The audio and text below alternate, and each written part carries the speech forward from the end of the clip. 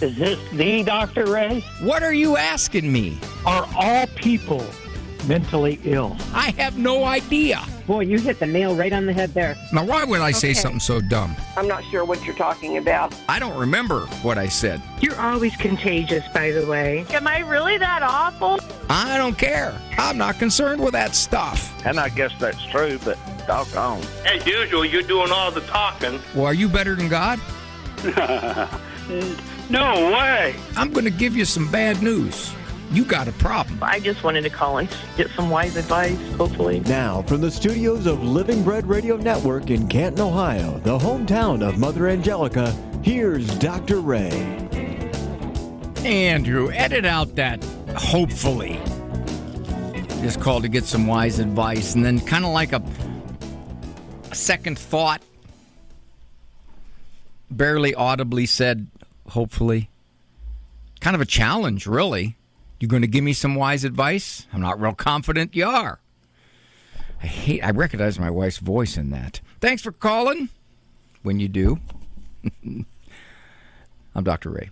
Dr. Ray Guarendi, program psychologist here. Well, that's a little misleading. I'm not really a program psychologist. I'm a clinical psychologist. Here on the program, I don't do actual psychology work. We educate, give some thoughts, ideas, ponder your options, weigh your options, maybe give an idea or two that you want to throw into the hopper. I used to do cement work, so I still use some of that stuff.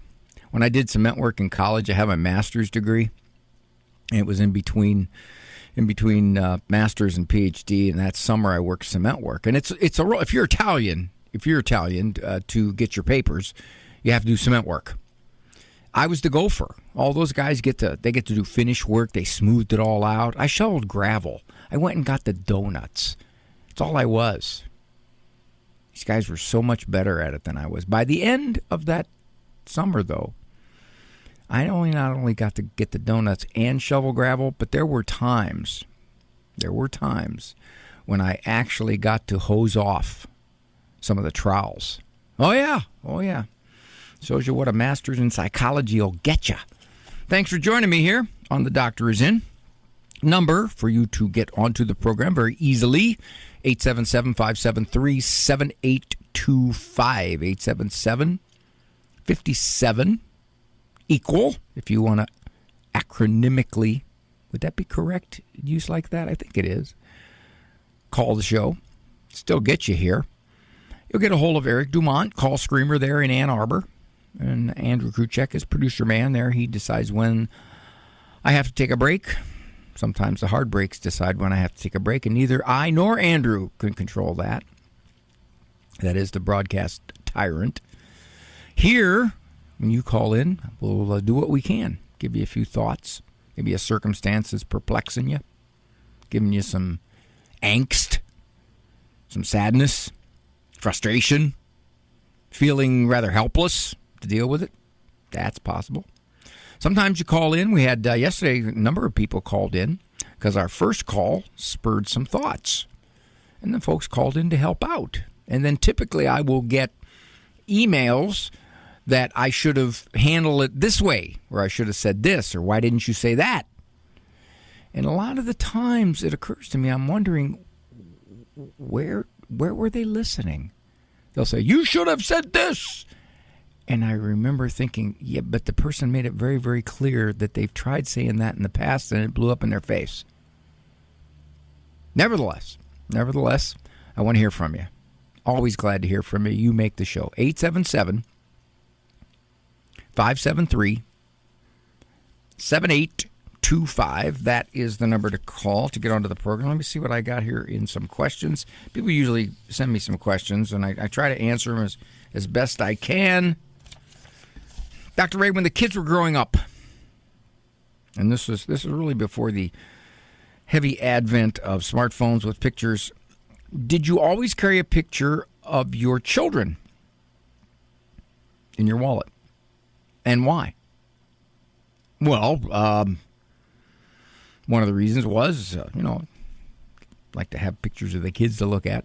But the other reason was to remind me why there was no money in there. It always was a good reminder.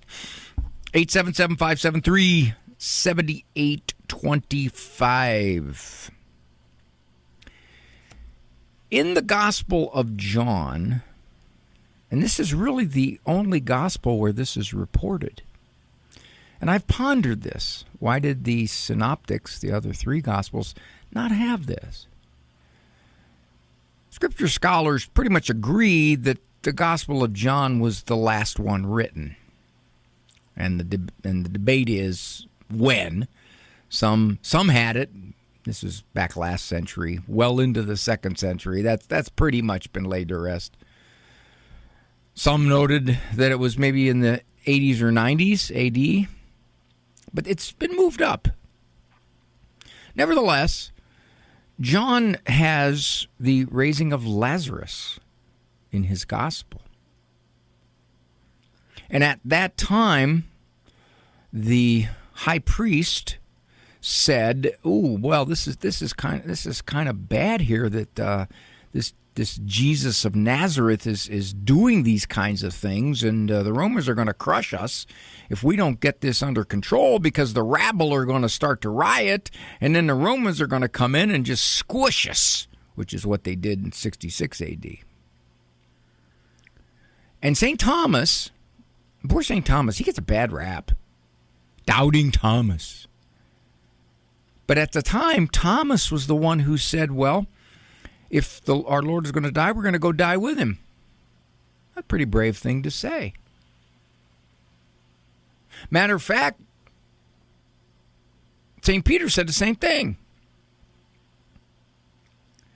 Before our Lord said, "Simon, before the cock crows, you will have denied you know me 3 times. And Peter said, if I have to die with you, I will not deny you. So you got Thomas saying, well, let's go die with him. And St. Peter saying, well, if I have to die. So they both predicted what they would do. You've heard people say that, haven't you? Well, there's no way I'd put up with that. They try that with me, I'll tell you what I would do. Well, you need to do this. That's what you need to do, because that's what I would do. Extreme example of that. I've had many marriage sessions where one or maybe both of the spouses have been unfaithful. Not uncommonly, one will say, I always said the one thing that would break this marriage is if my spouse was unfaithful. That's it. It's over. Trust is gone. Can't live this way. I always said that. Why am I here in counseling trying to save my marriage? They didn't predict how they would react. They were absolutely certain. This is what I would do when faced with this tough situation. And then the tough situation came. And they didn't do it. They did something quite different. We're not very good. Okay, maybe I shouldn't say not very good. We're not always accurate. I feel like I'm in a court of law, choosing my words. Objection! Okay, let me rephrase it. We're not always accurate when we predict how we would behave if a certain situation confronted us. And the more emotionally challenging the situation, the more crisis-like the situation, the more unusual the situation. We've never confronted a situation like that. These folks that came into my office, they never confronted a situation where their spouse was unfaithful. They'd been married 20 years.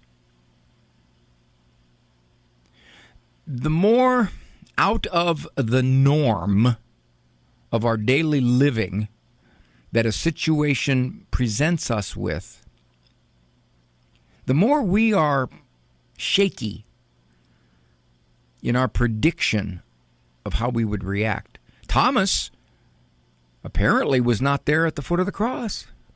Where did he go? He said, we'll go into Jerusalem, we'll die with him. Where was Thomas? Peter I will not deny you if I have to die with you. And then, when confronted by a slave girl, no less, he denied him. It's easy to talk. It is easy to say, I would never do something like that.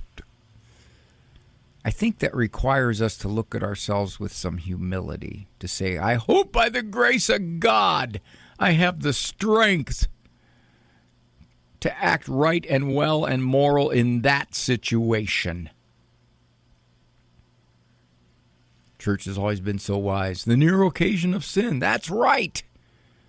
Because a lot of us, me included, are much more confident in our moral uprightness until faced with a real challenge to that moral uprightness.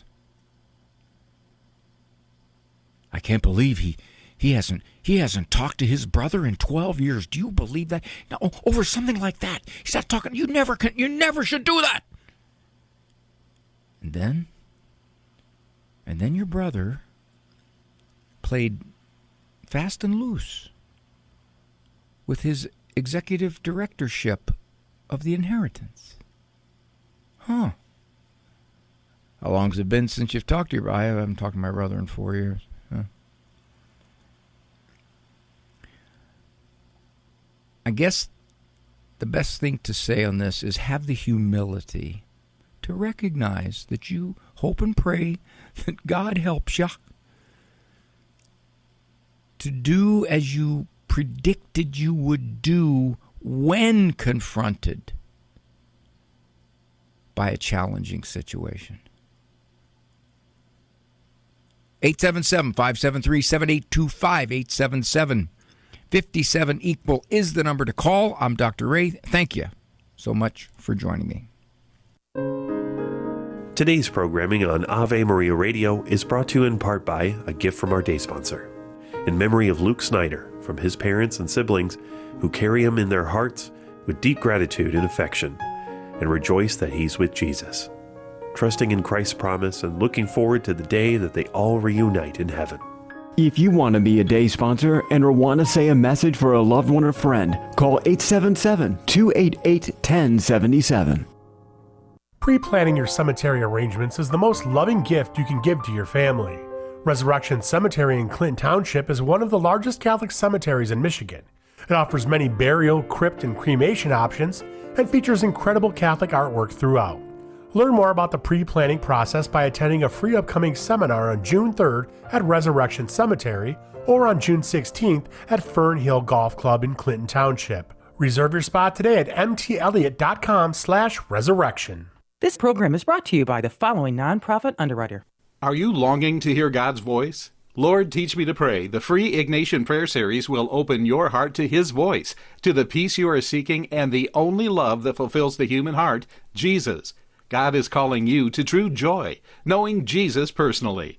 Lord, Teach Me to Pray is free. Go to LordTeachMeToPray.com, click on the red box, order the Lord, Teach Me to Pray series now. Go to LordTeachMeToPray.com. Do you own popular index mutual funds or ETFs? If so, you're automatically own shares of companies that conflict with your moral beliefs.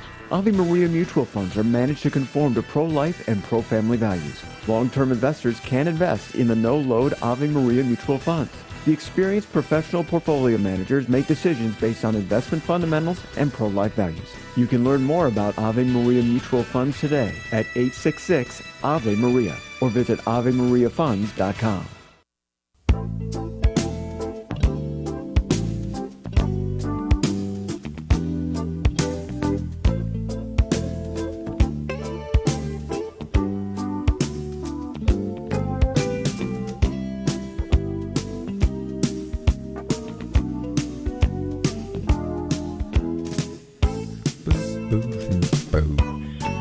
Hitting on 6 of 8 cerebral cylinders. Delighted to have you with me here on The Doctor Is In. Nicholas from Long Island, New York, has a question about transcendental meditation. Hi, Nicholas.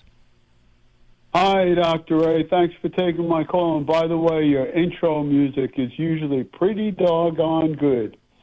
I wanted to ask you about transcendental meditation. Is that wrong for Catholics to do? I got to plead a fair amount of ignorance on this. I know it's a form of meditation developed by the Maharishi Mahesh Yogi. That was a guy that was big with the Beatles. Remember that? Right. It involves this silent repetition to your mind of a mantra. You pick your mantra or your sound, and you do this 15, 20 minutes. It's supposed to relax you. It's supposed to make you feel kind of I don't know what it do. It supposedly promotes relaxation, stress relief, self-development, higher states of consciousness. To the degree, I would think, that any of this stuff pushes its way into other kind of quasi-religious things, Catholics should avoid it. Okay? It's supposedly non-religious, but it moves into these quote-unquote higher states of consciousness. It is definitely not developed by a Christian.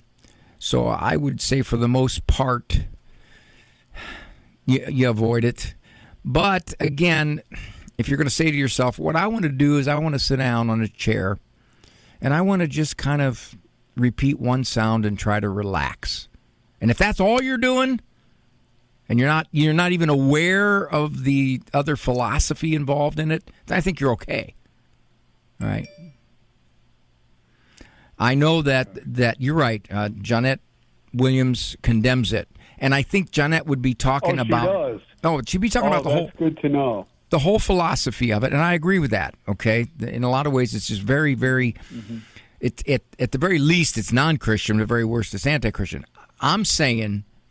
And I've heard Father Spitzer talk about this too in another context, where he says, if you're just doing the exercise, it's not in any way associated, like yoga. It's not in any way associated with the philosophy. You're not even aware of what the philosophy is. You're just kind of trying to exercise or stretch. Now, someone would say, yeah, but even if you did that, even if you're not aware of it, it's connected. Well, I've seen a lot of people that I respect their religious perspective on that, not necessarily totally in the same direction. For me, I would say if I go in a chair and I sit down and I take deep breaths and I just kind of think of one word that supposedly relaxes me, whatever it is, not in any way saying, yeah, I'm gonna practice TM, just trying to relax. That, it would seem. And if I'm incorrect about that, somebody slap me down and correct me. That, it would seem to me, would not be a problem. The problem would come in is when you embrace the philosophy all around it, or you even entertain the philosophy all around it. There it is, Nicholas. Besides, the other problem is this: TM pushes the use of a mantra, mantra. You can't say mantra anymore. It's gender insensitive. You have to say person-tra. Okay, just a thought there. Still with me, Nicholas? Oh, he left. Should be. Not there anymore. Maybe he's meditating. I don't know. Still there? Okay. Well, Nicholas is gone. Thanks, Nicholas, for the call. 877-573-7825. 877-57 equal is the number. When you get into a lot of this smelling, a lot of New Age stuff. There's a lot of stuff that's just blatantly New Age. Okay, no question about that. You've got to avoid that stuff. But some of it is as a kind of a whiff of it, whether it is just a meditation. The Catholics have a very contemplative kind of prayer. Now, again, there's probably a little bit of overlap in the state of the mind that you want to get into in contemplative prayer and in meditation, a little bit. So it can be fuzzy there. But for the most part, it's the philosophies that are basically all around certain actions. 877-573-7825. Okay, Agnes is Agnes ready? I will go to Agnes. She's not ready. Still talking. All right. Eric's. See, he does that. Well, let me do this thing because I want to do this. I got to congratulate these folks. Where is this? Right here. Let me turn this sideways so my little old eyes can read it. You got, our Core Christi Academy, 2 stations, EWTN affiliate, Wenatchee.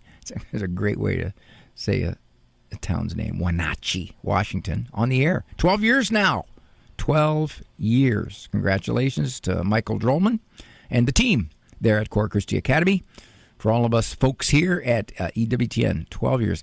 I read a lot of these things to kind of congratulate our affiliates, and it's kind of encouraging. A lot of them, 10, 12, 15, 20, 25. Ave Maria, who co-produces this program with EWTN, is going to be coming up on 30. 30. That's almost as old as me.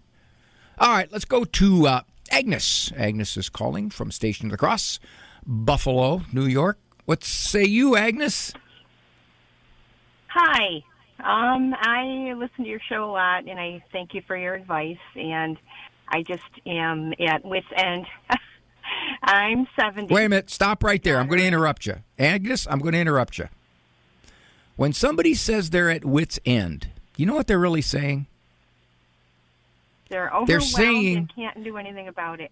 That's it. They're saying, I have tried to convince this person and they won't hear it. Okay, go ahead. Exactly. So what's your daughter into that you're all nervous about? Well, she's a 36-year-old parent of 2 children, and they come to town from another state. And it's like we butt heads. I'm not allowed to say anything negative, positive, or offer advice regarding her children, or even if she takes it so personally, like, well, I'm not stupid. I know how to take care of my kids, kind of thing, and it's just overwhelming. The kids are 3 and 7, and the other day, the older guy was, you have a kid riding on the parent's back, and I'm a pretend horse. Well, he's a 7-year-old, and the 3-year-old's got to be, 30, 40 pounds.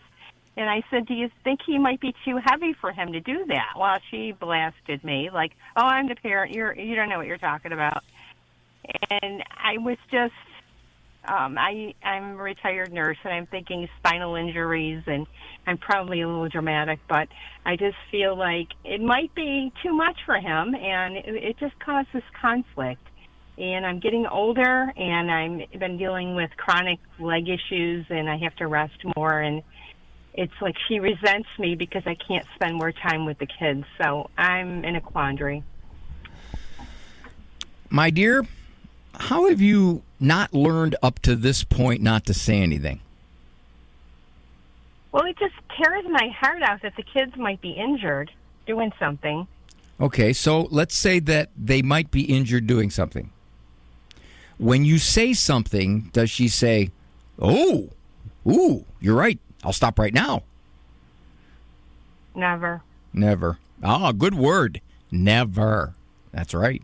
You could have said no, which means maybe once or twice you did it, but when you say never, that means you've done it a bunch of times. Agnes, correct. You're experiencing something that is now becoming, I think, a societal phenomenon, which is, in much of human history, oh, okay, tell you what, stay right there.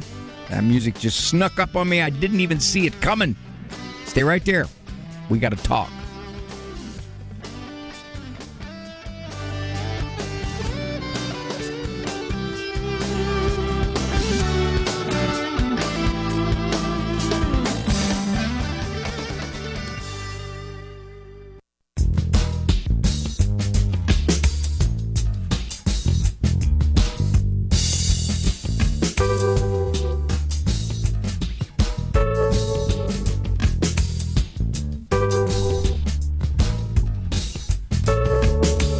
Okay, I am talking to Agnes from Buffalo, New York. Her daughter's 36 years old.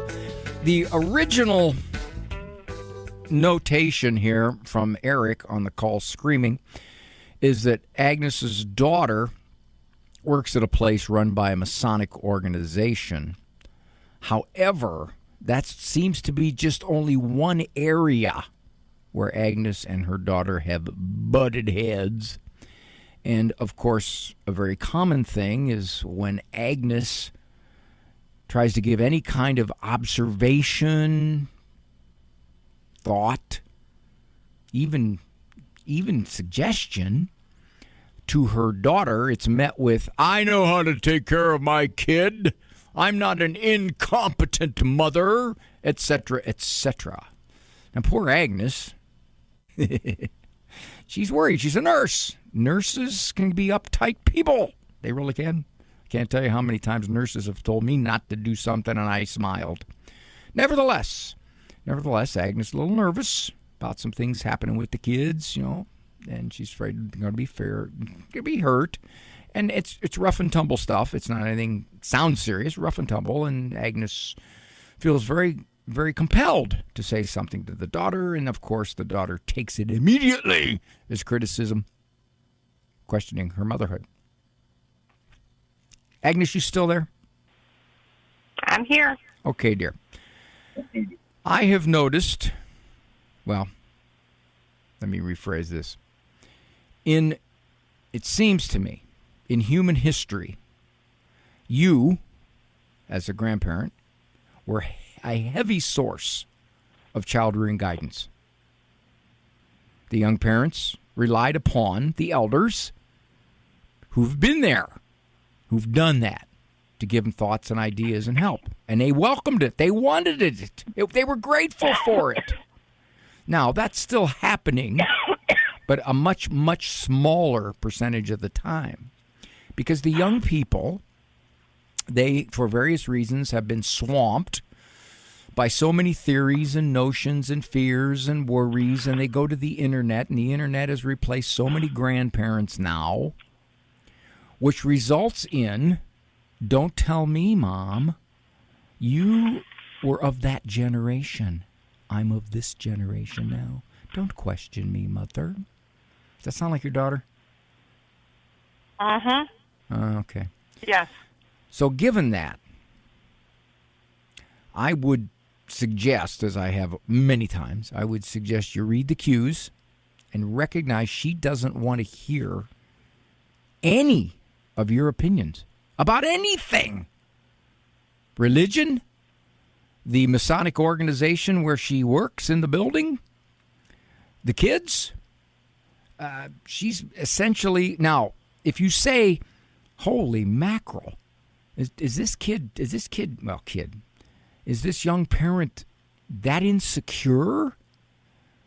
I don't know your daughter, Agnes, but I will say this. There's a direct relationship between how insecure they are about a whole bunch of things and how willing they are to hear anybody give them advice. How's that? Now, let me ask you this. Oh, that's a dumb thing to say. I hate to say, let me ask you this, because I'm going to ask you this. I'm not asking your permission. As you look at your daughter's history, maybe even from when she was a teenager, have you noticed that she's been kind of sensitive, little insecure about things, a little self-questioning? Has that been there? She's not a very verbal person sometimes, but I don't remember that part of the growing up. All right. But do you remember it as she moved into adulthood, not wanting to hear your guidance, whether it's religious guidance or moral guidance or life guidance or kid guidance? I think the college stuff was a change, and that's when she left the church somewhere in the middle of her training. And she's a music therapist. And I don't know. I know she hates the Catholic Church now, and Wow. she's with the Lutheran sect, which is kind of close. And as far as the Masonic, Well, it's not, but that's okay. We'll leave it at that. No, it's not, but maybe liturgically it does look close. But from the moral teachings and the doctrine, no, it's quite a bit different. But we'll leave that aside. Here's the thing that you're dealing with. At bottom, it sounds like she doesn't like what you represent. You're a faithful Catholic. She hates that. She hates it, which closes her off from what you have to say about much of anything. Okay. My suggestion would be you want to get along with her. You're going to have to not say a whole lot about emotional matters. Guidance matters. You can have pleasant conversations. You can ask her what's going on in her life, and she can tell you she's working at this organization run by a Masonic group. Well, she works at a place run by a Masonic organization. I don't know what that means, but she's not gonna quit. She's not gonna say, "Well, Mom, you're right," because maybe in her mind. No, Go ahead, dear. I've never asked her to leave there, and it's a job, and it's what she has, and I can't, run her life and tell her where to work, and that would just probably end it all between our family splitting up, I would imagine. But I didn't even go there. You're going to have to back off. You really do. If you want to have any kind of relationship with your daughter, which it sounds like from what you're saying, again, I don't know her, but it sounds like from what you're saying, she doesn't want to hear it. She just does not want to hear it. And it isn't just the kids. It's about a whole bunch of stuff. And it's at base because, well, she just doesn't like the way she was raised, and she doesn't like your faith. I agree with the faith, and every once in a while we'll have dinner together, and then she'll bring up something that happened in her childhood and blames me for it. There you go. There you go. For instance, I wanted to get my hair dyed, and I wanted to go back to get it the regular color because it was for a music show. And I said, well, I tried taking you to a hair specialist, and she said she didn't. She wanted to do it herself. And I said, well, why didn't you go? And she goes, well, I don't remember that. I said, well, you stomped your feet. You wouldn't go. And I tried to make the best of the situation and find a solution for you. And you stomped your foot. So she had a different interpretation about what happened. Well, see, that tells me a lot. It tells me a lot. It's like you're not even allowed to have a parental judgment about a situation because if she, as a child, disagreed with your parental judgment, she's still carrying resentment about that. What the heck? Agree. Yeah. I mean, you got to realize a little bit what you're dealing with. And I think part of it for you is, why does she have to be that way? And I guess my answer to that, Agnes, is the sooner you accept the way she looks at things, probably the more peace you'll have and the less friction, my dear. God bless you. Dr. Ray.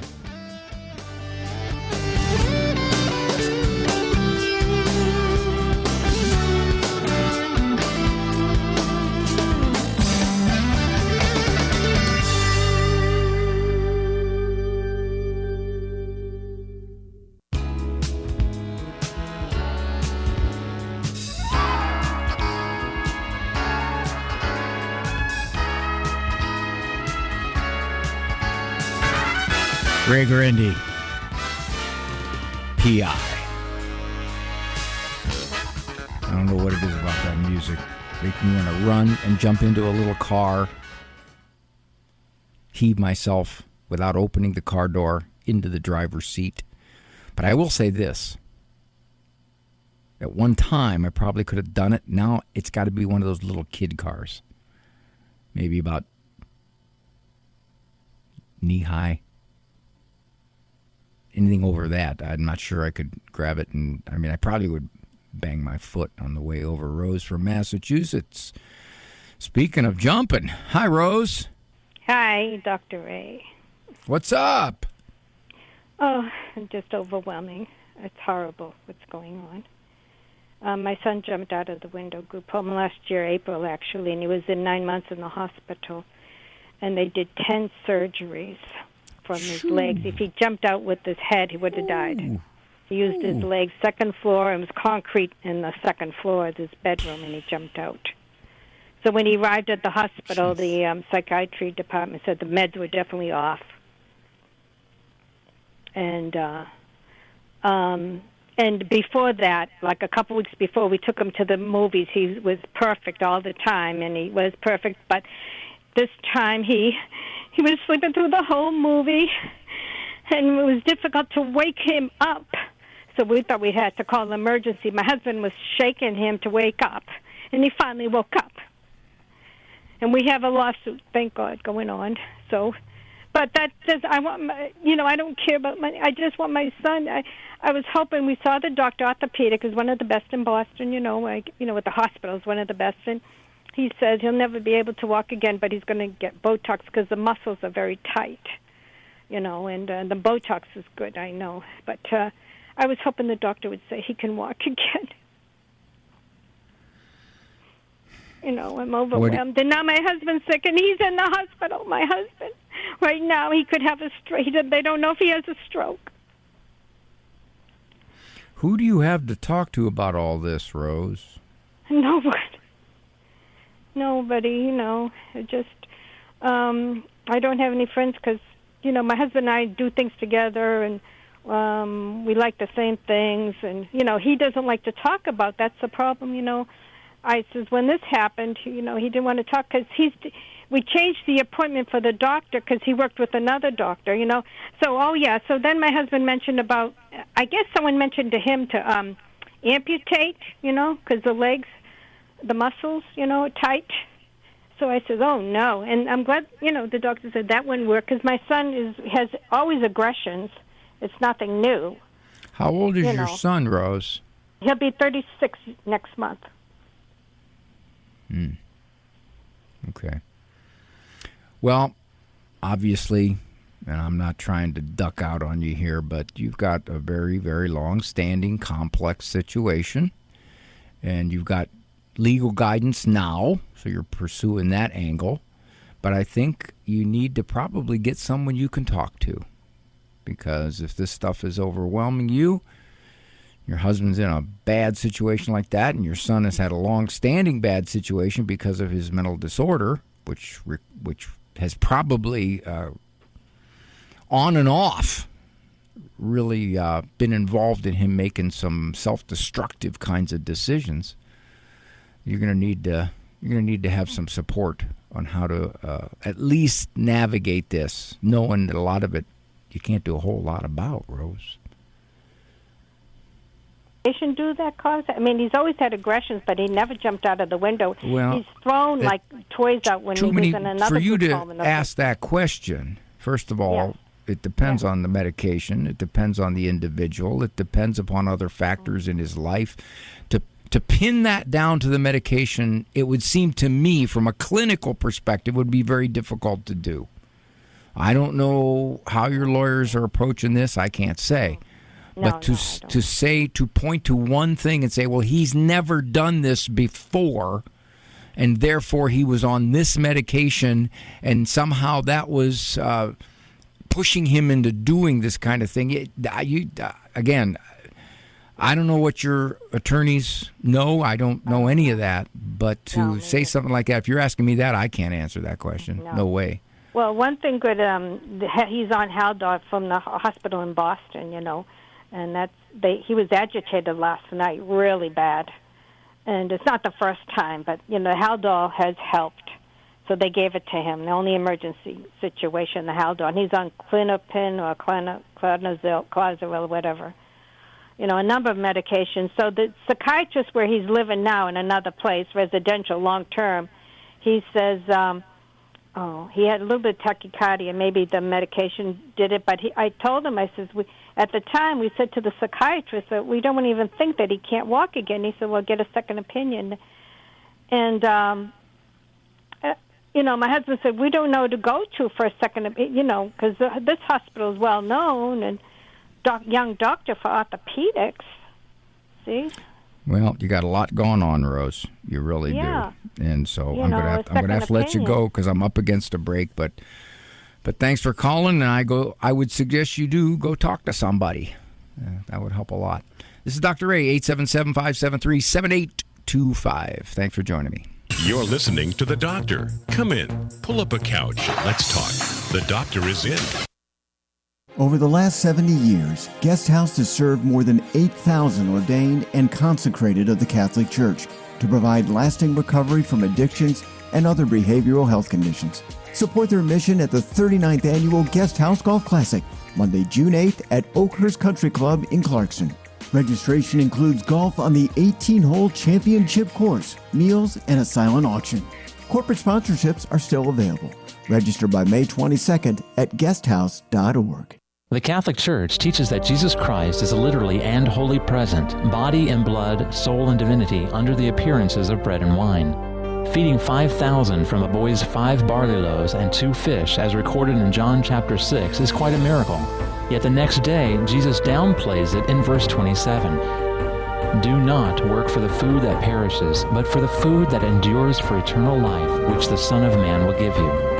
Likewise, God's provision of manna to the Israelites in the desert was also a great miracle, yet Jesus similarly downplays it in verse 49. Your ancestors ate the manna in the wilderness, but they died. This is the bread that comes down from heaven, so that one may eat of it and not die. Jesus is clearly stating that his Eucharist is greater than both of these amazing miracles, and the Catholic Church absolutely takes him at his word. Examining the truths of the Catholic faith, this is faithforensics.org. This week on Christ is the Answer, Father John talks about how to strengthen our relationships. The fact that people today are so distant from one another is not a mundane detail we can ignore. With so many tools that were supposed to bring us together, it has only driven us apart and fueled a desire for the disposable. Join us this week as Father John speaks on friendships, relationships, and most importantly, forgiveness. Tune in for Christ is the Answer, Monday through Fridays at 11 a.m. on Ave Maria Radio.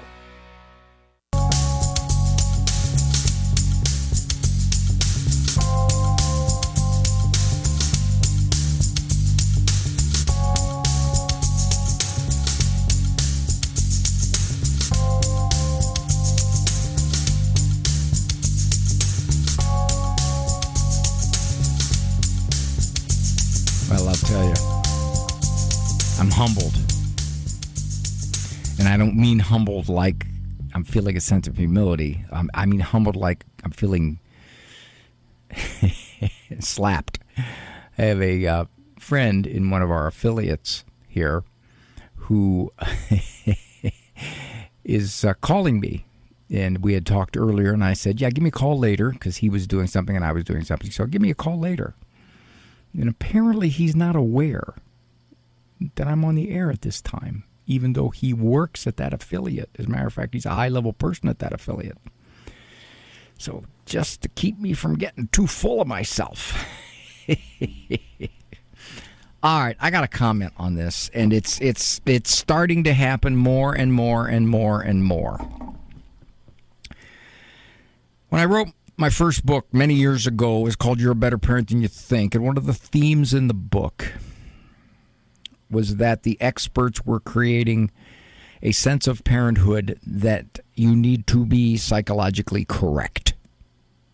Instincts, common sense, good judgment, lots of love, authority, ingredients at the core of good parenthood are being pushed aside by having the proper techniques, the proper talking, the proper emotional expression, the proper insights and understanding into the psyche. And the effect of that, and I'm not saying that you can't learn, of course you can, but the overall impact for many, many has been an erosion of security, an erosion of confidence, an erosion of authority, an erosion of enjoyment. And for the longest time, it was the experts through the media, through articles, through books. Dr. Ray, you write books. Yeah, but there's a different tone to mine. Mine are, I offer you a lot of ideas. You pick and choose which ones help you. Not, I'm going to tell you how to do it. And if you don't do it this way, don't blame me if your kid's on one of the daytime talk shows. So that said, now I'm witnessing a movement toward the internet. More and more of these younger parents, and I've had a number of calls this way, and even clients, are going to the internet, and they're, of course, looking up the notions and the ideas on the internet, which tend to be more of that psychologically correct way to raise children, and it brings them into conflict with their own parents, as our previous call was. Agnes called, and her 36-year-old daughter just really doesn't want to hear anything Agnes has to say. And I've noticed that there's a relationship between those people who jump into the internet relentlessly on how to do it all psychologically appropriate, because there's all kinds of people on there talking all kinds of things, and it isn't anymore, it isn't just experts. Now it's just anybody with an opinion. Social influencer, somebody that's got a lot of followers somehow gets credentialed, and they use that over their own parents. And one of the reasons they do is because they don't like the way their parents view the world, view morality, view politics, view religion. They don't like it. And so therefore, in their mind, my parents really don't have anything to tell me. Now, this kind of conflict is much more often between mom and daughter or daughter-in-law. Part of it is dads are less verbal, less child-raising aware, in the sense of they're not as necessarily immersed in how their grandparents or grandkids are being raised. I'm not saying this to put down dads. It's a gross generalization. Please don't write me and say, "Wait a minute, Dr. Ray." It's just that moms, grandmas, more likely to have stronger emotional views on this stuff, and it brings them into conflict. And I'm seeing more and more of it. And Agnes's call represented it. Her daughter, just because of these resentments. And by the way, interestingly enough, at some point in the call, or usually at some point early in the therapy session, it comes out, my daughter, my son, left the church. More often than not, during college. You paid for that now, didn't you? Paid for them to lose their faith. You went to college. College is a different experience now. It is really, in general, it is not a good place to go to get open-ended, diverse debate on ideas. It's not. If you look at the surveys, college as a group, if you will, higher education, if you will, and particularly in certain subject matters, if you will, push an ideology. And if you don't adhere to that ideology, you're not going to, at the very least, get heard. At the very worst, you could get subject to an awful lot of severe feedback. So that said, you go to college, they decide this religion is bunk. Or, for whatever the reason, now this is fascinating, this daughter in this call, mother said she hates Catholicism. Where's that coming from? Hates. What is it? That's an emotional response. There's something about the way she views Catholicism, and I wish I could talk to her. I'd love to know. Hates. What is it that she hates? Interestingly enough, she works in a building owned by, maybe it's a Masonic temple. I don't know what it is, a Masonic organization. And, of course, the history of the Masons has been very, very hostile to Catholicism. Very. And I don't know if she's aware of that. I don't know if it's part of her hatred of the Catholic Church. But Mom, I'm going to assume because she listens to Catholic radio, she's probably still embracing her Catholic faith, represents that Catholic faith. So that would automatically color anything Mom would say about life, about kids, about raising kids. Automatically. Now, Mom admitted, she said, I'm driven for the kids' personal safety. She said, maybe I'm a nurse, maybe I'm overreacting. And as long as there's not real danger here that has to be reported, then at which point she'll never probably see her daughter again. But you just got to allow that the mom is going to do what she wants to do to raise her kids. That's hard. It's hard. But your other option is keep saying things and keep straining the relationship, and ultimately it could fracture. Well, speaking of fracture, Andrew Kruchek just told me 30 seconds. So that means I got to go. Now it's down to 20. Even though some people choose not to walk with God, know that your walk with God is the only thing in the end really going to matter. Dr. Ray. For information on Dr. Ray's presentations, books, and CDs, visit drray.com and follow him on Facebook and Instagram. The Doctor Is In is a co-production of Ave Maria Radio and EWTN Radio and carried across the EWTN Global Catholic Radio Network.